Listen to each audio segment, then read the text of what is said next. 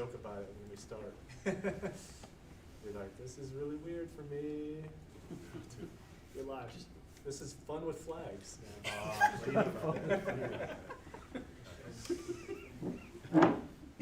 Are we up for real? Yes, sir. All right. Left. All right. On behalf of the top 3 professional development, I'd like to welcome everyone. We do have a crowd here. We have myself. We have Chief Guest introduce himself here in a minute. We have Senior Master Sergeant Jet, First Sergeant. Today, we're going to open up the discussion between all of us. We're all going to be a family. We're all going to share some experiences, and we're all going to treat each other fairly with dignity and respect. Keep that in mind. Before we get started, I just want to read this racial and ethnic diversity difficult conversation that was sent out. Race remains one of the most difficult topics to discuss in the workplace, but the need to have candid, respectful dialogue with colleagues on the topic has never been more crucial. Tensions have heightened over the past few years, in part fueled by national events and media coverage. We recognize each person may perceive and react to these and other situations differently, depending on their backgrounds, experiences, and understandings. This is why open dialogue is critical to helping our people understand and support each other. When individuals reach out to each other and engage around challenges, whether professional or personal, it helps everyone know that they are valued as an individual in the organization. And this inclusion supports them being fully focused on the mission. With that being said, Chief, would you like to take the floor?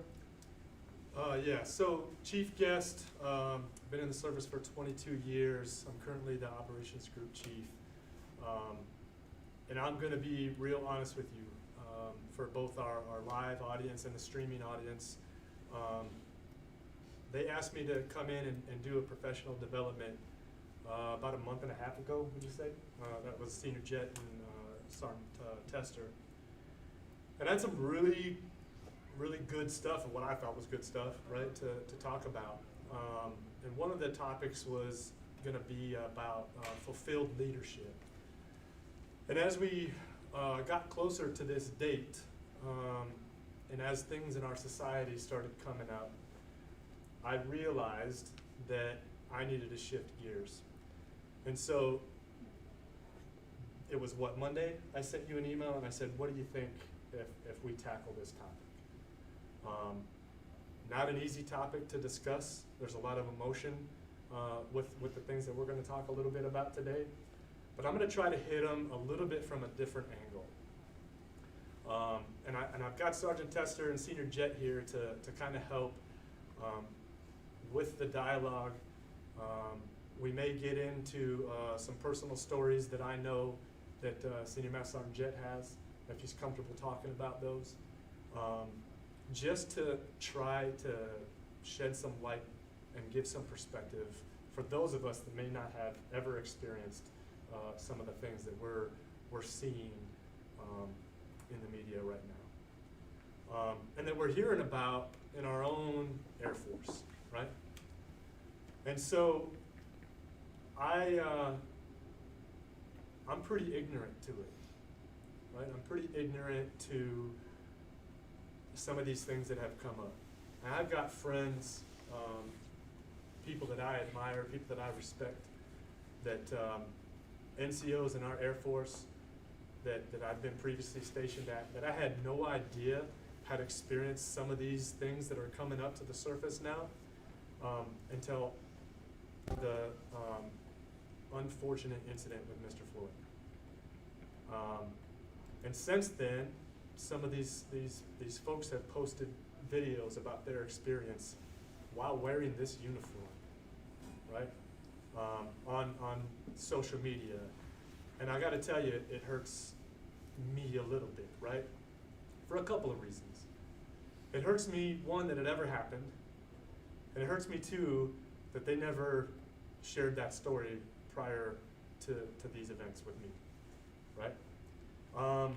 And I think it really opened my eyes to the idea that maybe they didn't trust that I cared because I've never walked a mile in their shoes, right? But I'm here to try to squash that bias as well. Because I think there's quite a few people in this room that will attest to the fact that I do care, right? I care about every person in this room. I care about everybody out there in cyberspace right now. I struggle with the idea that people make decisions or make comments based on the color of somebody's skin, right? Or their sexual preference, or their religious preference, right? What is it as a force? Our core values, right? The three things. What are those three things, right? It's integrity, service before self, and excellence in all we do. None of those things that I just mentioned fall in line with those three core values. And so, again, right, it just blows my mind that we have to keep having this conversation.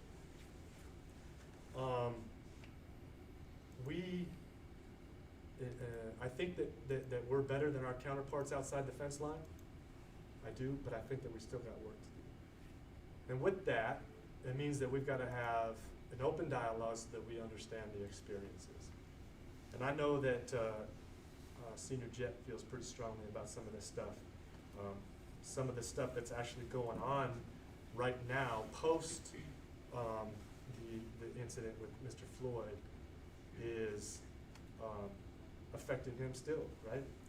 And so the way that it's being managed, the way that it's being handled on the outside, and while we're restricted to a certain degree while we wear this uniform and what we can and cannot do outside the gates, we've got an obligation to each other to open up the conversation.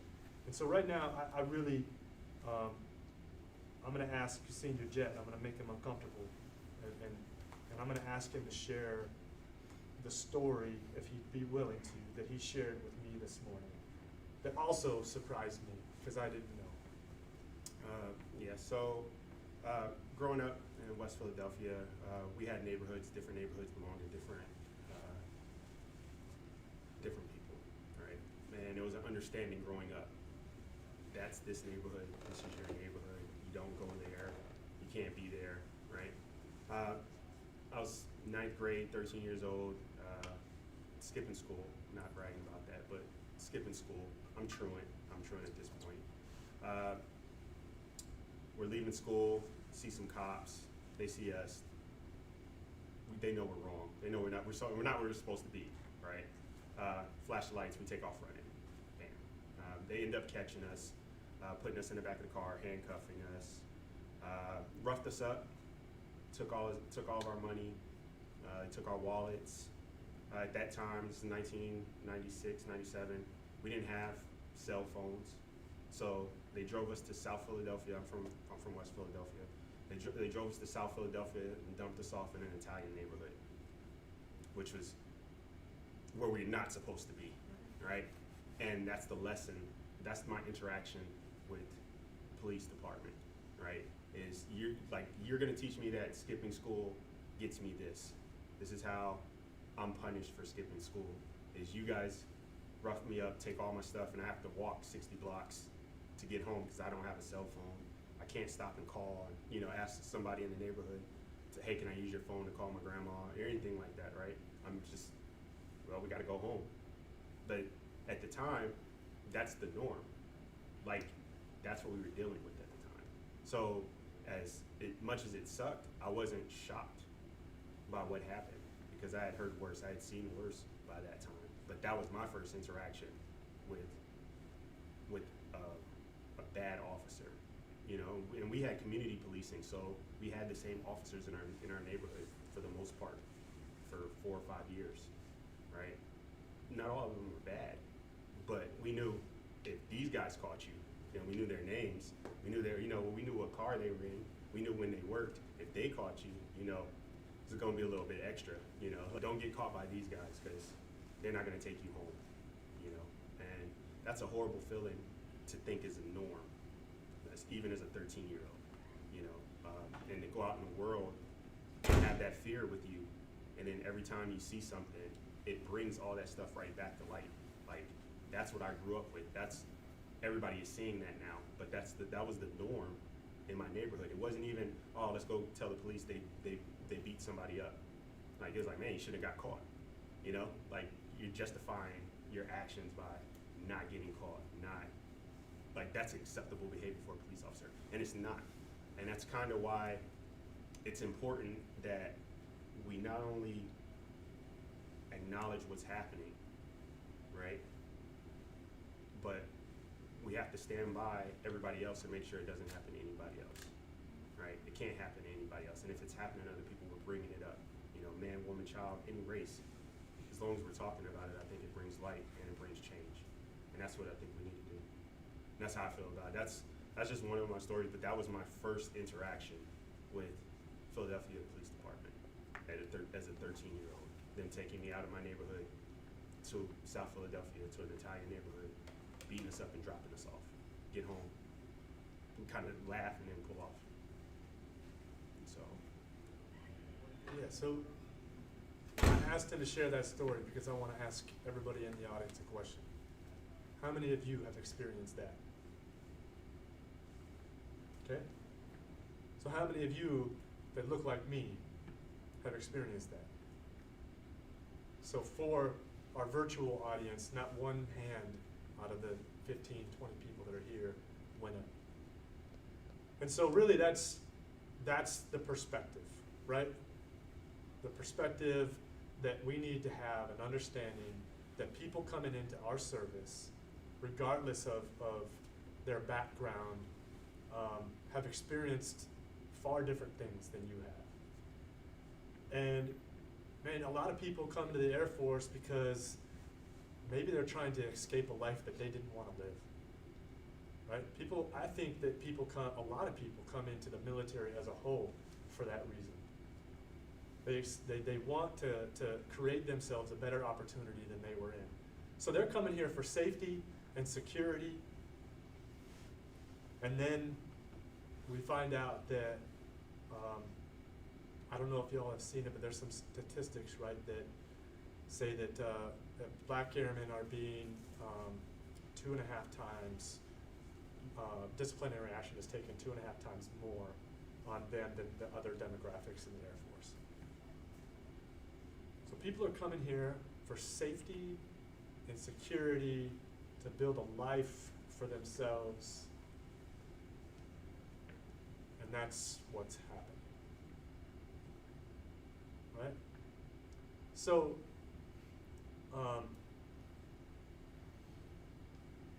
that's just not who we are, right? It's not how we identify ourselves. We call ourselves brothers and sisters in arms, right? Yeah. And do we ever say only this population set? No, we don't say that, right? So my question to you guys, right? And I've got a lot of opinions about how we move forward and how we try to move away from that trend. A lot of ideas for myself, but I only control so much, right? So how do we move forward? But first, how are our airmen feeling about this? Right? If it's a bothersome issue for me, who's never experienced these things, then how are our airmen feeling? How are you feeling about it? How do we move forward from a leadership angle, and how do we make sure that this isn't happening? How do we make sure that we are treating people fair and equitably, regardless of their appearance? Right? Action matters, right? You've got to correct behavior that is not conducive to the military lifestyle. But the way that we correct that is our choice, many times, right? I mean, there are some things that there's a line that gets crossed and it moves into a different realm, and we're no longer in control of that. But at the ground level, when our airmen make mistakes, are we allowing them to bounce back? Or we just let them live in that first mistake sickly? Because we don't forgive it, right? And are we doing that more so because of a bias that lives within us that maybe we don't even know about? Or one that we do? So how do we move forward from this, Nick? To move forward from this,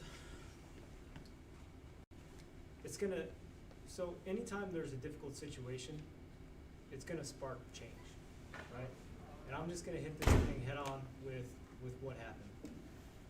For the first time in history, I think we witnessed the recording, a full live recording of somebody being murdered. We've always heard police reports, we've always read about what happened. We've never seen this happen before on live video. And to me, that makes me angry. There's individuals out there when this person is telling, I can't breathe. Mama, I can't breathe. And the individual doesn't get off of him. That is a problem. And to me, that makes me angry. But to move forward, we can't change the world individually. One person isn't going to change the world. I can't change the Air Force. I can't change what's going on out there, but I can change myself. And I can change my thoughts. I can change my opinions. I can change the way that I treat people. And you all have the same change as well. What we're talking about here is where it starts. Having the conversations with each other, having the conversations with our airmen, and just being there with them. If they have anything that they need to discuss, you have to build interpersonal communications before anyone's going to open up to you in the first place. Nobody's going to just say, hey, this is how I'm feeling, unless you build that trust with them. And if you are compartmentalizing your feelings, find a mentor, find somebody to reach out to, find somebody to talk to, because that is going to have second and third order effects as you keep those feelings within. Because if you're keeping them within, I see it all, as first sergeants, we see it all the time. It is going to come back. You can't hold feelings and emotions inside. It's going to either cause repercussions, drinking, drugs, marital problems, and the worst case scenario, suicidal ideations. And we're all family. I don't want to see anything bad happen to anybody. And if you can't say it to us, all I'm saying is please have a conversation with somebody that you do trust. But I think that's how we move forward, is we can't change everybody. We can't change the world, but we can change ourselves. And that's my take on it. So really, how I see this is how we move forward. It's right on track with that. It's all about the culture that we build in our units. So me and my boss, we have a right start in the shirt for every member that comes into our group. They come and they sit down at a table with Colonel, myself, and the shirt, and we talk about kind of some expectations, who we are and where we want folks to be. And one of those topics that the Colonel discusses is culture, right? And when it's my turn to speak, and it's my turn to give perspective and guidance about where we are and where we want to go, I always tell them this. It's my commander's job and my job to set the culture within the organization. But it's your job to make it reality. Because I'm not there every single day. I'm not there for every interpersonal interaction. I'm not there for every time somebody makes a really dumb comment or inappropriately holds somebody accountable for something that maybe they shouldn't have. Whatever that looks like, I'm not there for it. So that really starts with y'all. It really starts with our airmen and our NCO tiers. And it also starts with us creating an environment that people feel safe in. That's my whole purpose in life, is to create a place that whether a person loves their job or not, that they're happy coming to work because they feel safe. Because it's okay to come to work and interact with the people because they love the people, because it's their family. That's where I'm at. And it's also creating a culture that our airmen that have experienced things like Senior Jet has experienced, to be able to have that dialogue, to be able to open up and share that perspective, and for us to be in a complete submissive listening state, and to do everything that we can to empathize with that situation, not to dismiss it. And if there's something that happened within the organization and they raise their hand and they say, this is how I took this situation, I think that this is wrong, that we don't dismiss it. We don't say, oh, I was there, that's not how I took it. Because it really doesn't matter how you took it. What matters is how the individual that was impacted took it. And so now is the time, more than ever, for us to treat each other a little bit like family. A little bit more like family. Would you dismiss your sister or your brother or your mother if they came to you with a concern that they were on the wrong side of a bias or a prejudice? Would you dismiss them? Absolutely not, right? Would you? You have that tough conversation. Yeah. You listen, right? And then you help guide them to the right answer. So really, this is what I want to do right now. I want to open this up just a little bit to y'all, because I want to know how y'all are feeling. I want to know what y'all are thinking right now. I want to know what your ideas are, because my ideas are I think they're great, right? But they're mine, right? And again, we've got to be open to the idea that maybe, maybe we're not right. We've got to gain some perspective. So I'm going to open it up to y'all.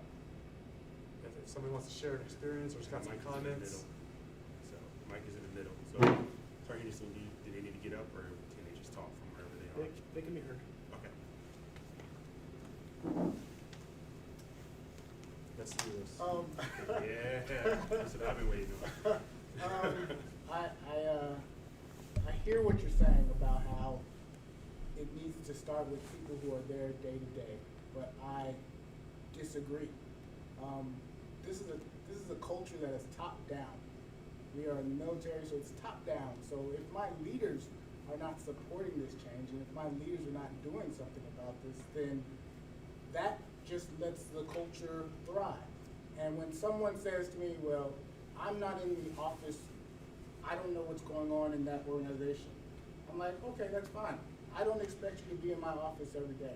But there's a senior NCO that's probably there in that office every day. And there's a senior NCO who's probably aware of what's going on in that office. And if he's not, then maybe that's a problem with that senior NCO. But to put the onage on the airmen and the NCOs who are just trying to get their Air Force career started, that is a harsh tag, especially in this Air Force where EPRs are written by subjective leadership who, if they like you, if you play with them, if you play nice with them, then you'll be rewarded. And if you are someone who goes against the grain, which I can't tell you how many MUNS shops, airborne crews, how many flight line crews, where if you go against the grain, it is known you are going against the grain, and you are now going against the culture. And that's the thing that I keep hearing people say is, we're in the Air Force, and this is not who we are. We are not an Air Force that does this type of stuff. Well, I think the first thing we need to do is we need to identify that, yes, we are in the Air Force, and this is who the Air Force is. Like this Inspector General report that came out that shows that there's a disparity between race disciplinary actions. This is not the first year this has happened. This has been happening. This has been ongoing. And leadership has done many approaches to try to address this. But this has been an ongoing issue in the military, in the Air Force. So for us to say, that is not who we are, I think the first thing when it comes to solving any problem is to identify the problem and to say, yes, this is who we are, and how are we going to adjust it? Because when we keep saying that is not who we are, then that just says, hey, that culture that we've been joking about, these things that we've been saying, that's not who we are. It's okay. And then I guess the second topic that I'm just going to steer to is this whole thing that George Floyd is the first person to be caught on camera dying, being murdered. Because you can literally go on YouTube and just look up all the different people. Tamir Rice, a 12-year-old kid in a park playing with toy guns in a state that does open carry. The cops rolled up on him, and you can see this on YouTube. They rolled up on him and within seconds killed him, murdered. Nothing. So I don't understand personally, I don't understand why George Floyd was so special that suddenly there's this outcry. Because to me, there's not much of a difference between George Floyd, who may have been involved with a counterfeit $20 bill, and Eric Garner, who got killed from a chokehold that was on camera, and he got killed for selling cigarettes. I think it comes down to exhaustion. People are tired of seeing this stuff, and people want change. But to rewind back to what you were saying, leaders from the leadership top down, are you talking leadership within your squadron, leadership within your section, or are you talking Chief Master Sergeant of the Air Force? I'm saying that to say we need to start from the people at the bottom need to fix the problem. When we say things like that, to put the onus on the airmen and the NCOs on the front line, I think that is a mistake because things should start from the top and down. I respect. Let me give one good more example, because this is, since we're just being open and we're talking about our careers and things like that. I've been in the Air Force for about 17 years. When I first joined, I went to a work center where there was this country dude from, like, I want to say Georgia or South Carolina, and the way he addressed me was boy and son. That was allowed. That was almost 17 years ago. Now, almost about 10 years later, I'm in the military. Hopefully things have changed, right? I have a supervisor who clearly discriminates against the minorities in his work center. Minorities, multiple, not just me, multiple. We do an EEO complaint on this guy. Nothing happens from leadership perspective because it's okay. They consider his actions okay, even though you have multiple people pointing out this guy is doing something wrong to us. It was considered okay, and maybe there was a behind doors thing that happened. I just know that in front of doors, we all kept getting rated by him. So then I move up further on into my career field, and now I'm in a position where I can enact change. And even at this position, I still see areas where an NCO, a senior NCO at that, has done something that is very frowned upon at a Christmas party. And people are like, well, it happened at a Christmas party, we'll deal with it later. Instead of dealing with it right then and there at the Christmas party, it was dealt with later. So that just, that is, it should have been dealt with right then and there. Everybody at the party saw what was going on. Everybody at the party knew what was going on, yet it was decided, let's deal with it later, which means that it was allowed. So when you say, oh, I'm gonna deal with it later, that means you're allowing it to happen. So that's the beginning of my career, middle of career, and towards the end of my career. And there's not been much of a change in the attitude in the various leaderships that I've seen because, well, I'm not even sure. But I hate to say it like this, but I've come to accept this as just, this is who we are. I hear you. And it's difficult. Chief Wright from the top down, he's hearing these things. And I don't know if you had a chance to watch Chief Wright and General Goldfein have their discussion on Facebook, but it hit the nail on the head. He is Chief Master Sergeant Air Force. He understands what is going on. He sees what is going on, and he wants to make a change right now. And that's what he's saying, that what we're doing right now, these discussions within our squadrons, it's not going to stop. This stuff needs to continue. We need to continue to have these conversations with each other, share our experiences, and do something about what is happening instead of walking past it. Like what you're saying, I hear you. There needs to be a change. I agree. I understand your frustration too, because when you don't get the effects you want, it kind of sucks the life out of you. Like continually sucks the life out of you when you see this is what I have to deal with. This is what I have to deal with. And there was a point where I was under the mindset that, that's for us to overcome. That's the hump that we have to carry, right? Like that was what I brought with me. That was the added pressure that I had on myself coming from where I came from, was I just have to be better than everybody. I have to go harder than everybody, right? It is an unfair task, especially for a young airman to say like the only way that I can win in this situation based on what they see is to well exceed all these expectations, right? And it's a punch in the gut every time you see, okay, if I had done that, this would have happened, but it happened to this person, so it didn't happen, right? That's as big of a problem that is for me. I would say that being that airman, it taught me to be here and not stand for that. Like that gave me the ability to say, I'll eat that. Like I'm a senior. Now what are you gonna do to me? Like I can stand up. I can fight those fights now. I can see that stuff and I can try to make it change as much as I can. Right? Everybody has their ceiling, right? But as much as I can fight that fight. What I need is one, info. Two, I need somebody to stand up and say something about it, because I am not in every room, like she said. I'm not in your office. I don't know what happens every day. It won't happen in front of me. I can tell you that. That's what I can promise you. It wouldn't happen to me on any level, right? But that's me now, not the airman that I was. And sometimes getting to this point, it took me 18 years, 19 years to get to the point where I'm at now, where okay, it's worth the fight.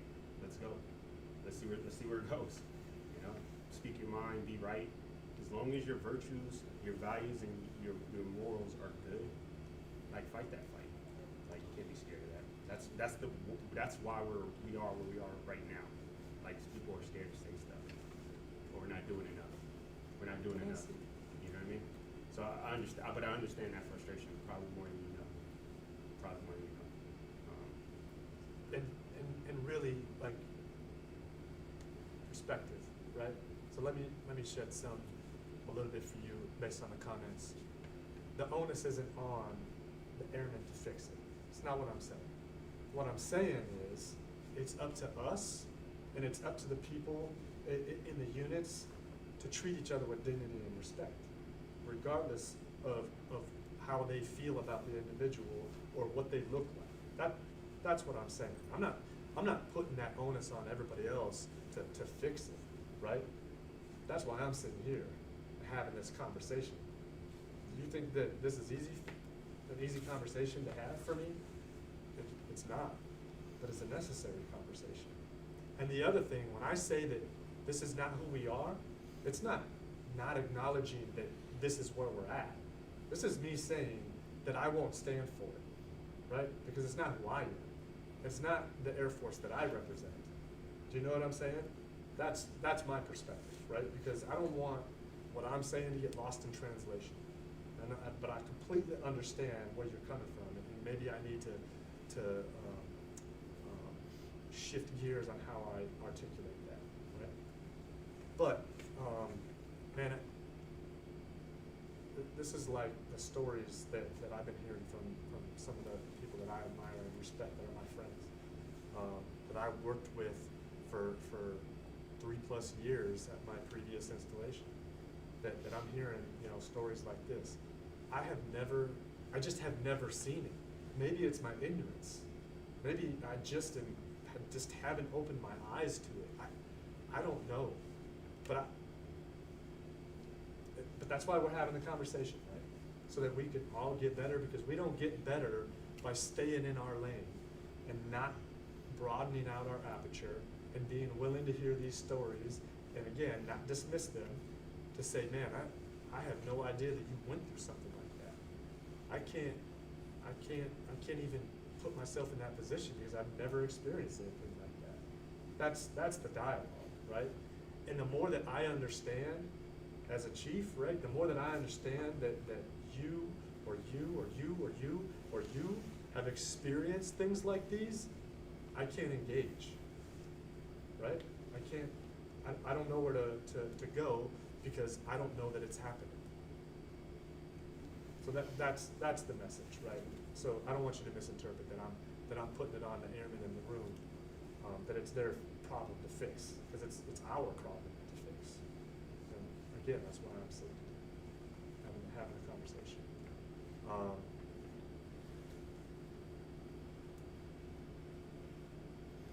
Anybody else? I would like to say something. Hit it up, Swope. I have experienced a lot of discrimination in my career. It has been a struggle, and I would say I've been fighting for 19 years. But I've also seen a lot of discrimination against me with black leaders, and I feel that it's like having a black leader and him. It's like it's hard for them to kind of try to cater to another black individual because they don't want to seem like it's like some kind of favoritism or they're helping out, you know. They're, right. I felt it a lot. And in that case, like, I don't know how we'll go about as far as fixing that. I guess it's the same thing as far as just voicing it and letting people know that it's happening. But that is just the same, you know, if it was white leadership.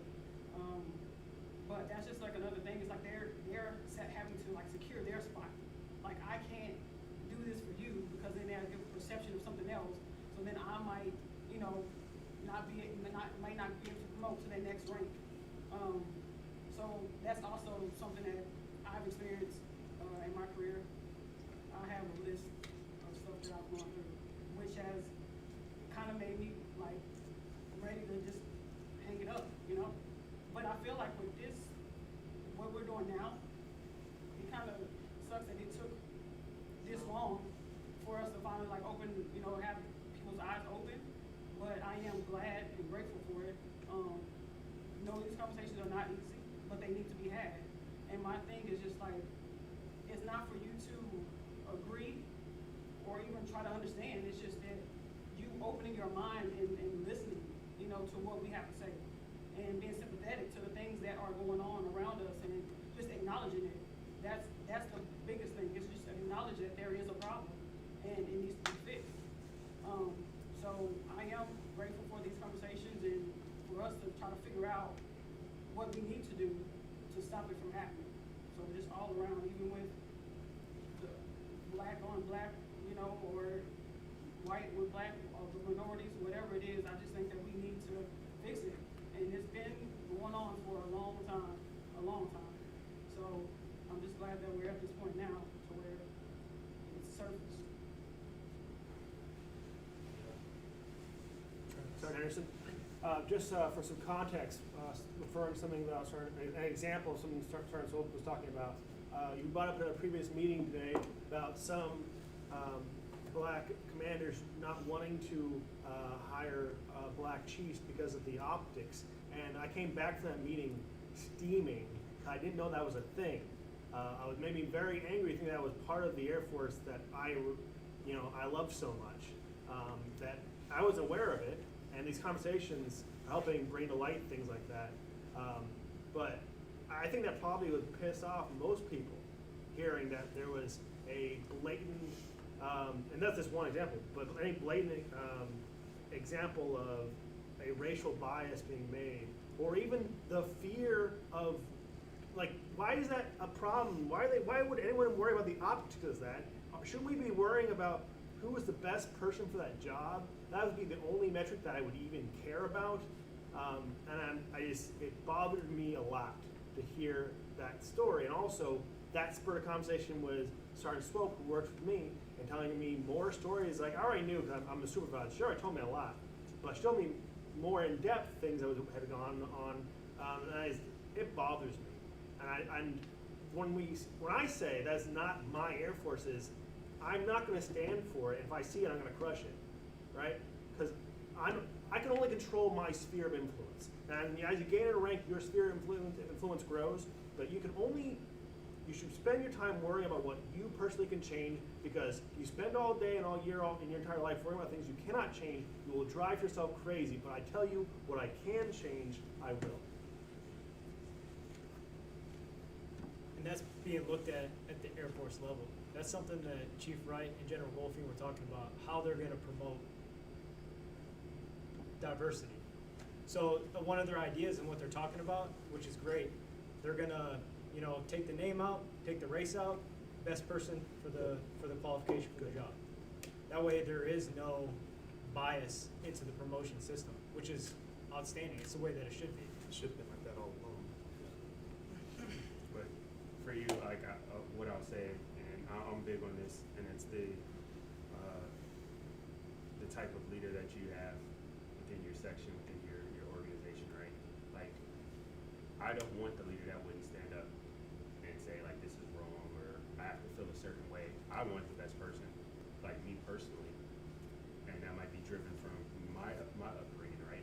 So I don't run into that, but it's a shot at, like, I guess, Chief, like, for you not understanding fully, having these experiences, that's kind of like how I feel about that, where it's like, man, like, the whole time I was an airman, I wanted to make rank so that I could. I even joked about Chief, like, he yelled at somebody on the phone about something they weren't doing for our people, and I was like, man, if I stay in, that's the only thing I want to do, like, is to fight those battles, right? Like, that's what I wanted to do. Like, the higher I got up in the military, is like, why not fight those battles? You already know you're gonna get promoted or you're not gonna get promoted, right? Like, but fighting those battles and having the respect of the people that work with you, that's really important. And like, I think that talks more to the people that were in charge than the actual positions that they had. You know what I mean? Like, I can't put one bad commander or all bad commanders. You know what I mean? It's almost like the bad cop theory. Like, there's bad cops, there's good cops, right? But the ones that you've interacted most and have had the most effect on your life have been negative, right? And that sucks. I wish there was something that was, that we could do to fix stuff like that. But here we are, and what you're guaranteeing by that story is that other airmen won't have to go through that now. Like, that's what we're bringing to light. It might be too late for us, right? But you're gonna help somebody else out, and that's what's most important right now.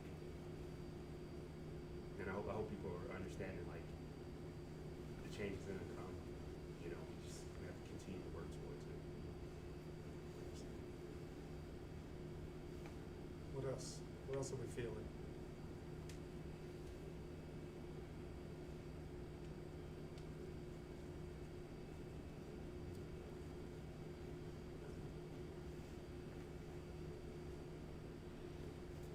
All right, here we go.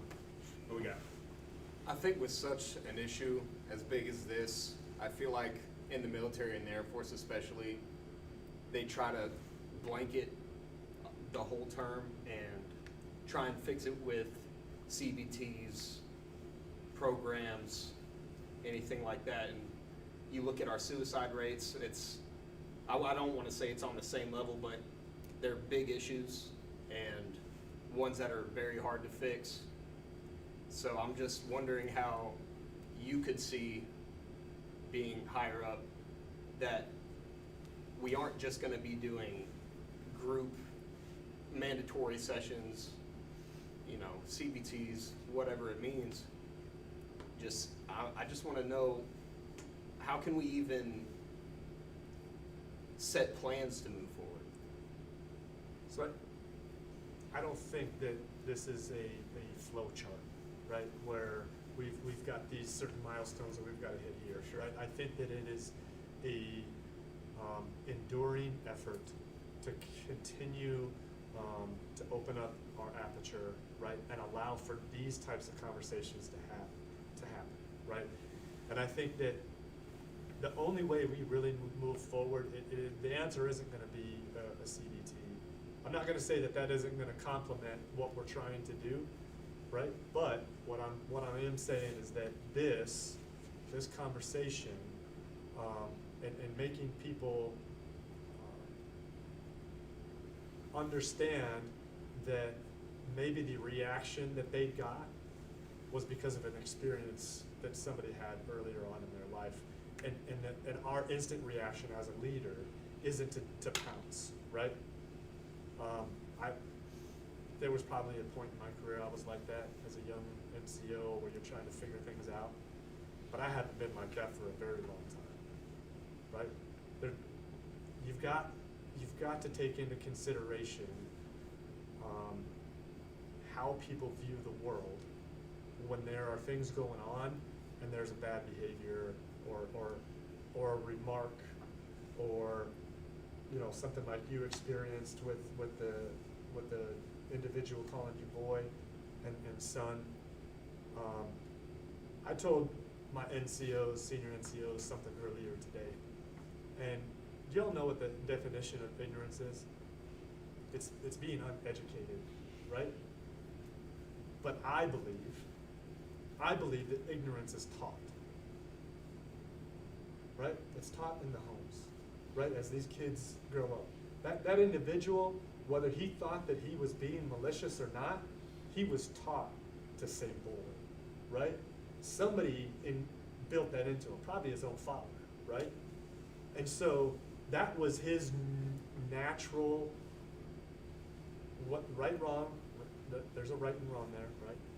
But that was his natural, I don't know, instinct is the right word. It was just part of who he was. And the fact of the matter is that we've got to uneducate that, right? We've got to teach somebody that you don't, that's offensive, man. You can't say stuff like that. And maybe that's not who you are, but so the dialogue it's got to be a two-way conversation, right? Because, like I said, I think ignorance is taught. And a lot of these topics that we're talking about is ignorant. Would you guys agree or no? If you disagree, I'm good with that. Let's have a disagreement. Yep, you're completely right in my mind. And there's also, it's an important distinction between ignorance and maliciousness. And they both could combine as well. Because I've told the same story. When I was young, my brother called me boy my entire life. So I didn't know, growing up in the community I was in, that was an offensive term for anybody. Luckily, without any incident, I, through observation, found that was offensive for certain communities by seeing someone react to it. I'm like, oh, I didn't realize that was offensive. I'll just never say that. So, but see, had I hypothetically called a black man a boy who was younger than me, because in my mind, boy was what I was called because I was younger than someone, right? Had that happened, it would have been ignorance with no intent of maliciousness, right? And so took one experience of someone in front of me expressing that I was offensive to fix that problem, right? That conversation, is what fixed it. Touch on previous, I think when we're talking about moving forward, I think for you, what I would expect and what I hope is the fix moving forward is the accountability part. Like you always, like if you read my Judge Jules, stuff like that, accountability kills me, right? Like you're accountable for what you do, what you say, everything, right? So if all this is happening right now, we're having these tough conversations, right? And you go back to your work center and something happens, like you're saying, something happens in your work center and nothing happens after. Like, we're just shooting words at people now, right? Like, what's the action behind it? We have to hold people accountable, and that's what I expect Air Force leadership to do, is to hold people accountable. If stuff like this continues to happen, like, we have to address it. We address it in my unit, like, we address it. Like, we're gonna figure it out. It's not gonna continue on, right? I don't have to hear about it for years and years. Like, let's get to it, right? So what my hope for the Air Force is that we hold each other accountable and leadership holds us accountable. Unacceptable behavior is unacceptable behavior. And I want to believe that at some point the Air Force is better than the society that we live in. We're supposed to be a better percentage of the society that we live in. And that's what I think the end game should try to be for us. But it starts with something simple as discipline and accountability. Get one of my, I'm gonna put him on the spot here. One of my peers just walked in. You got anything for the group that you've been watching on YouTube? I haven't. Okay. So, but I did have a question. Yeah. So we talked about, I don't know if you guys discussed this yet, but talked about unconscious bias and how does that come to fruition? How does that even get incorporated into the mental brain of somebody? And how do we change unconscious bias and how do we stop it? So I really think, I'm gonna take this one and you can back on me. I really think, Ricky, that it is this, right? It is talking about it and making people aware of something that maybe they weren't aware of. Maybe that they have that aha moment, right? How many of you have been like in a PDC or in a mentoring session or something like that and you had a little bit of an aha moment, right? It's because somebody said something that triggered thought, right? And you're like, oh, I've been doing that wrong, right? I think that's what it is, Ricky, for me. I think it's the open dialogue about understanding other people's perspectives and hopefully shuttering the negative ones that live within us. Because look, here's the reality of it. We all have those biases. You can say that you don't, but to some degree, in some factor of life, you have got a bias based on an experience that you had growing up, or maybe in the Air Force, right? Maybe something happened to you in the Air Force. You've got a bias. Maybe it isn't against race. Maybe it's against sex. Maybe you think that man, I heard somebody say something real dumb today about an individual that they had said that they have a firm belief that women belong in the kitchen. I'm like, what are we talking about? Like seriously, right? So that's a bias that this individual apparently grew up with. Right? That was the lifestyle that he had. And I don't know who this individual is. It was just a story somebody was telling me. But man, somebody's got something, right? But yeah, like I said, it's drawing light and opening the perspective, and especially when you hear it from somebody that you really respect. Like I really respect this dude. And he told me a story this morning that he repeated here that you weren't here for, about an incident that he had with the police, and it really, really bothers me. You know what I mean? But it opens my aperture because, like, you hear about the stuff, you see it on TV, but it doesn't really hit here. It doesn't really hit your heart until it affected somebody that you care about. And everybody here in this room should care about everybody that wears this thing. Great. I was gonna say, we kind of hit on it a little bit, and it's just like the accountability part, like the unconscious bias, like it's information, it's teaching, like, hey, this is unacceptable behavior. This is why this is unacceptable behavior. This is who you might offend by saying this. You know, I remember I was talking about it earlier, and it was repealing the don't ask, don't tell. That was a big deal for the military, right? And it was like, this is what you can say, this is what you can't say. This is what, you know, like, but it was the information and the education that followed up that was like, okay, this is unacceptable. You can't say this at work.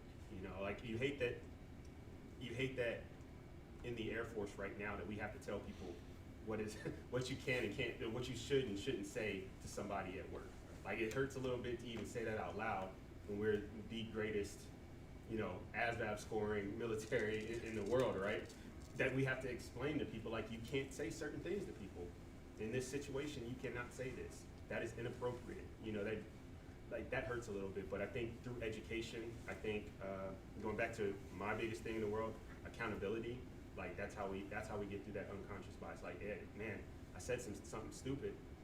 I already know what's I already know what's gonna happen. I already understand I can't say that, and I apologize. And hopefully you get in front of that, you know, before you get to the point where people are reacting to you. You know what, guys? I said something. Let me clarify why I said that. I messed that up. You know, before you even get to that level. That's my hope. That's my hope. But the anger man in me, since I'm on camera, you know, like you address it right there. You know, you address it right there. But accountability. And this is the saddest part for me, right? Is that as we tackle these tough conversations, A lot of people are uncomfortable. I sat here and I said, this is not an easy conversation for me. But I'm not uncomfortable. It's just difficult, right? I'm not uncomfortable because I don't feel like I'm on the wrong side of this, right? And so, I think just we as a community have got to, we've got to get better on how we treat all people, right? It isn't just the race issue.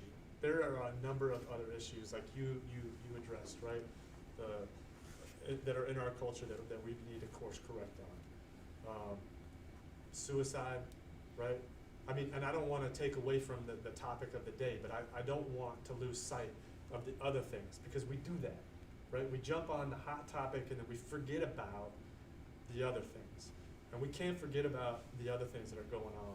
There is a lot going on, right? We just went through what we consider a pandemic where a number of folks were stuck in their homes and dealing with some things that way that, spending extra time with people that they don't spend that much time with normally, which had, elevated some issues here and there. And then we jump right in to this social issue that is long overdue, like you said, Salisbury. Long overdue. But at the same time, I think, we've been talking about this for a long time. I feel that way. I feel like we've been talking about it for a long time. But then the new topic came along, it fell to the wayside. So this has got to be enduring. It's got to be enduring. We got to keep doing this. We got to keep having the dialogue. We got to keep having mutual understanding. And we got to continue. One of the things that I tell people when I'm mentoring them is to put yourself in a constant state of learning, right? And most of the time, I'm focusing on their professional development. But right now, I'm telling you to stay in a constant state of learning for your people development, for yourself, right? To be a better person. To allow people that don't look like you the same opportunities that you got, or more. Or everybody, right? Everybody comes in here on an even playing field, right? Everybody comes in here and goes through basic training, right? Every one of you. And the expectations for every one of you was the same for both female and male, right? The expectation was the same. So everybody came here on an even playing field. Again, go back to the original comments. They come here for safety and security, and then we violate that. So I'll say it again with just a little bit of a different tone. That's not who I am. Right? That's not who I am, and that's not the Air Force that I want to represent. And if that's who we become as an Air Force, man, we got some work, right? All right. That's all I'm going to say. We're getting close to our hour allotted time. I'll let these two gentlemen give some closing remarks. I appreciate you guys being here and having some candor. And anybody that's in the virtual space, appreciate y'all joining in for this conversation. I'm willing to have this conversation anytime, so feel free to hit me up. But Tess. I think right now, a lot of good points, a lot of great information, insight, experiences, and that's how we all learn and grow together, is just listening to other people and their experiences. Not that we've experienced what they've experienced, but trying to understand where they're coming from so that we understand that we have more similarities than we do differences. And I think right now it kind of goes to what your question was, how is the Air Force going to fix this? It starts with ourselves, and it's going to take leadership. It takes, during a crisis, during any time that is difficult, it takes a leadership within yourself to make a change. And it goes along with changing the culture, which we were talking about earlier, and I can't say it's gonna be easy. It's not gonna be one day. This is a very large ship that we're steering, but it is coming from the top down with Chief Wright and General Goldfein. They having the conversations, and it's not gonna be just a CBT one and done, like we talked about. This is continuous, and there is gonna be change from this. I can promise, I can guarantee that. Sorry, Jet? It's just I think it's just a very trying time for who we are as people, right? You're picking sides, whether it's where you're voting, who you think is right and wrong, right? It's all those things to divide us, right? And you can have your personal opinion about whatever you want to have. What I need is I need people to not only, as Chief was saying, listen to everybody else, but be empathetic to it. You know, like understand that you might not get it. Chief's never had that experience. He can't understand what I went through, right? But I would never worry about it happening in front of him, right? And that changes, even if it's not me, if it's somebody else that he sees that happening to, he'll jump in and stop it now. And that's kind of where we are. Just deal with can't have emotional responses. You have to have the right response, and it's tough because I'll go home and usually I go home, look at some funny stuff on Facebook. Now Facebook, my social media is full of all this, right? And it's frustrating, and it makes me angry, and I do get mad, and I question things, right? And you should do that. You should feel like that. You can feel however you want to feel. I can't tell you how you feel about anything, right? But I'm never going to press anything on you. I'm not going to hate you because you feel like that. As long as you don't get in my way about what I feel, I'm usually good about things like that. And it's a lot I want to say, but it's just a difficult situation. It's difficult and it's heartbreaking. You try to not be emotional about it, but it's an emotional event. Every day it's an emotional event. Not to go too deep, but I have a 15-year-old son that I have to have a conversation with about being in the right place at the right time and having the wrong thing happen. And he doesn't have a way of defending himself from that. And I have to take my son's innocence away and try to explain what's going on in the world. And it's heartbreaking, man. It's heartbreaking. And his response to me, he's a little smart boy, but his response to me is, I worry about you, and like he's 15, like why are you worried about me, but that's where we are right now, and like I said, it's heartbreaking. It keeps me up at night. I'll text Chief, I'm frustrated. I'm very frustrated, and I don't have the answers. I want it to be better. And I don't know if that's the right ending for all this to go that route, but I am who I am, so go for it. But thank you guys. I really appreciate Chief you changing up, and I think this is something that we needed to get out there. I know we were doing it internally in squadrons and in smaller settings, but I think being able to get out there and have leadership project this message, it means a lot. And then the big ask from everybody watching is, I said it several times, hold us accountable. If you don't think we're following up on what we're talking, I'm not just pumping my gums. Like, come and find me. We can talk about it. Like, come and find me. I'm willing to have all these talks. Talk to whoever we need to talk to, whatever. Hold me accountable. All right? That's all I ask.